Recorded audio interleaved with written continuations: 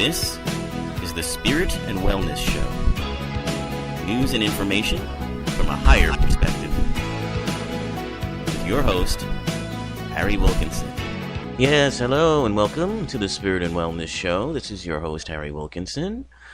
And this is the show where we take a look at the days and weeks events, happenings in the world, happenings in technology and the environment and everything else that we interact with on a daily basis through our varying forms of media, which continue to grow and expand.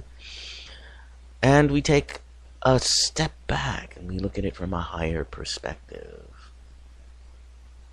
Because of the overload of information, much of which is not particularly needed, necessary, or helpful information,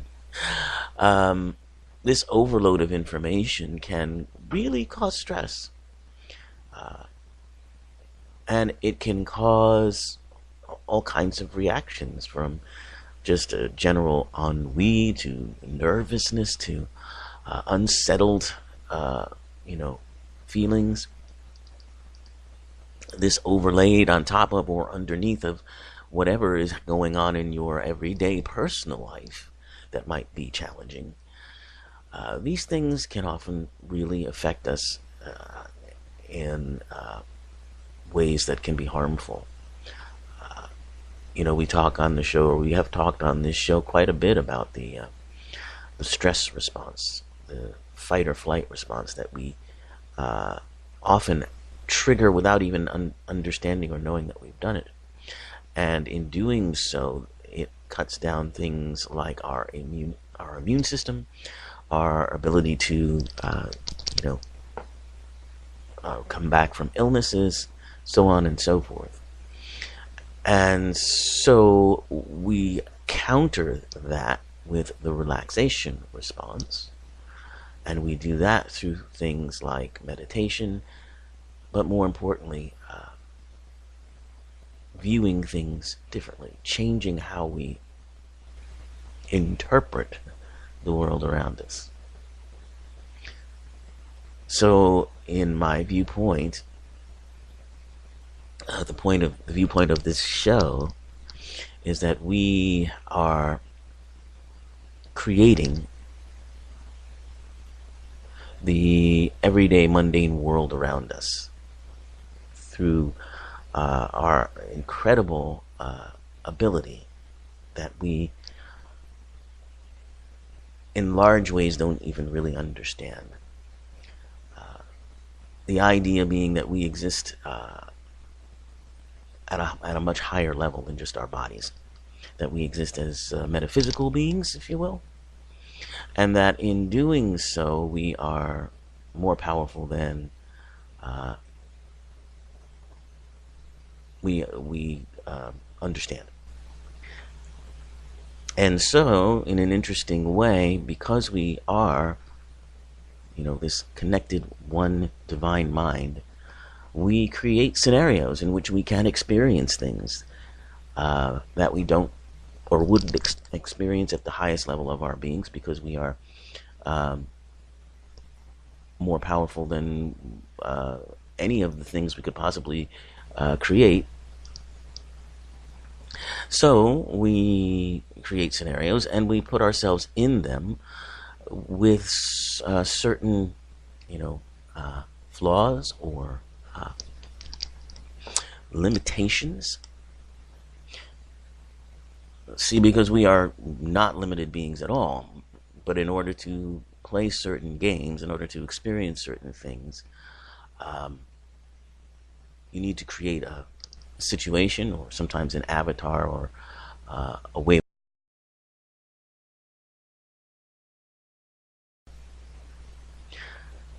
And so that's what we do to a large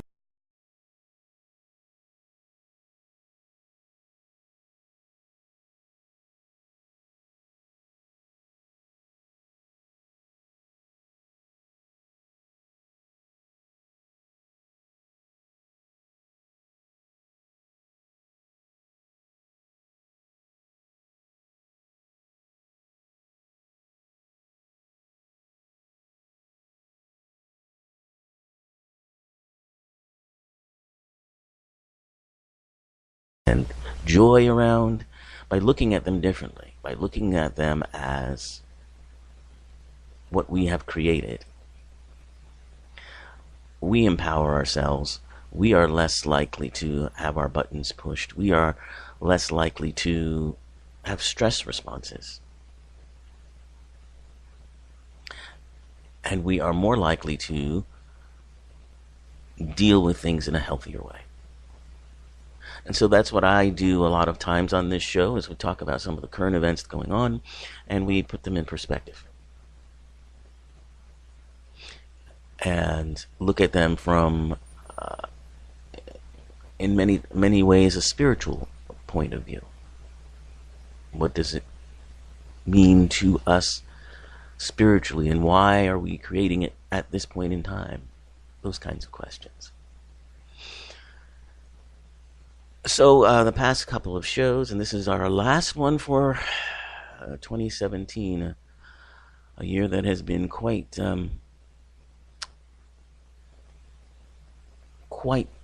fraught in many ways, but certainly filled with unexpected twists and turns, changes. It's been quite a year for a lot of people. Let's just put it that way. So this is our last show of the year, and we've been focusing on, all month, we've been focusing on the future we want. And so for this show, and we'll continue to focus on that into the new year when we come back. But for this last show, I thought it would be important to talk about future trends that we will be dealing with or are already dealing with, and what we might do to use them to build the kind of future that we want. So that'll be a very interesting discussion. But first, of course, it is the winter solstice, or it's coming up very soon, very shortly, at the midpoint of this week. And the celebrations that we have at this time of year, everything from Hanukkah, which is going on right now, which is the Jewish festival of lights, to the Yuletide season, Christmas season. These are all celebrations of the winter solstice, which has been celebrated time immemorial, since far before Christianity or even Judaism was a thing. And basically what has happened is that the celebrations that humans have had around the solstice have morphed into these traditional holidays, such as Christmas and Hanukkah, and of course Kwanzaa. So these are our modern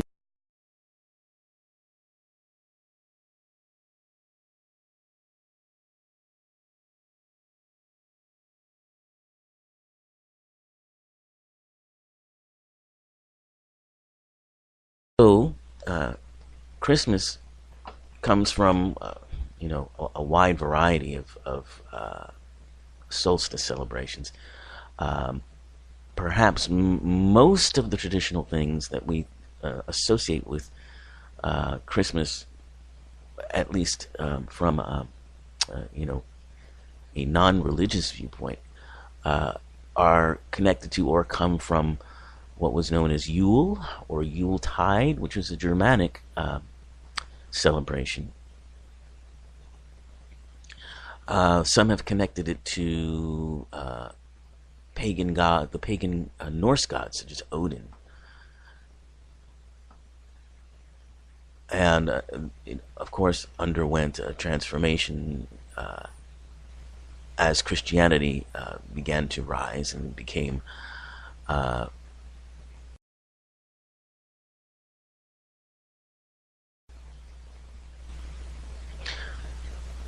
And in fact, we still call Christmas Yuletide in some ways. And some of the traditions that we have, such as the singing of carols, that comes from Yule singing, the tradition of the Yule log burning, all come from the pagan celebration of Yule.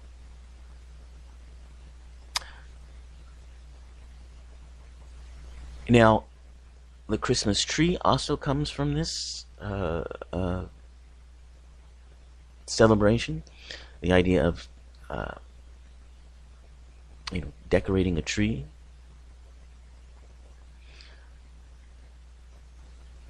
And also the idea of, well, gift giving comes from the Yule.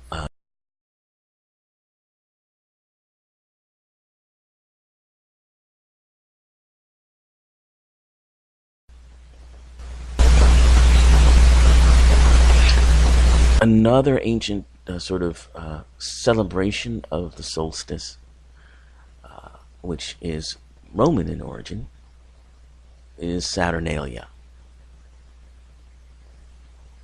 And that was a holiday that honored Saturn, who was the god of agriculture. Because, of course, at the solstice time, that's when all the leaves have fallen from the trees, all of the growth has gone, and the harvest has been reaped. And now is the time for the cold weather to come in, and the seeds are no longer planted, and it's a time of rebirth.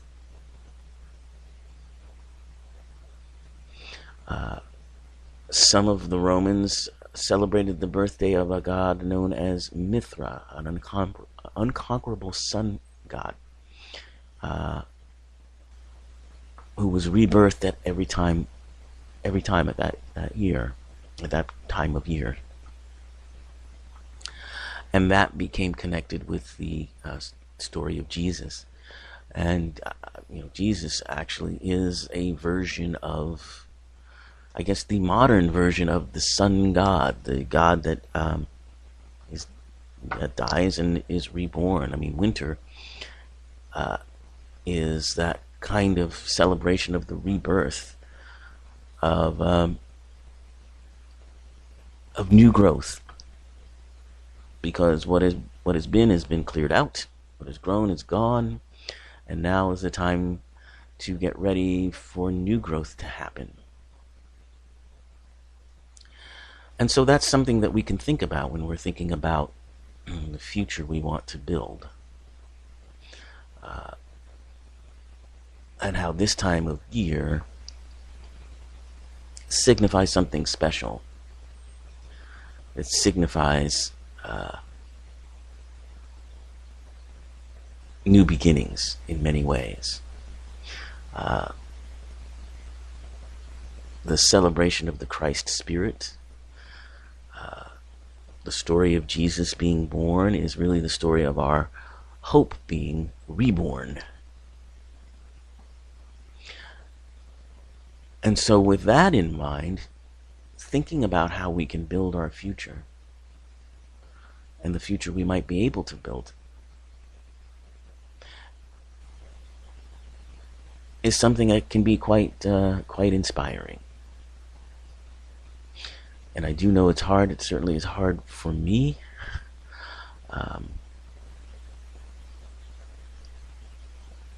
When things don't go as planned, when you aren't sure what the future holds for you.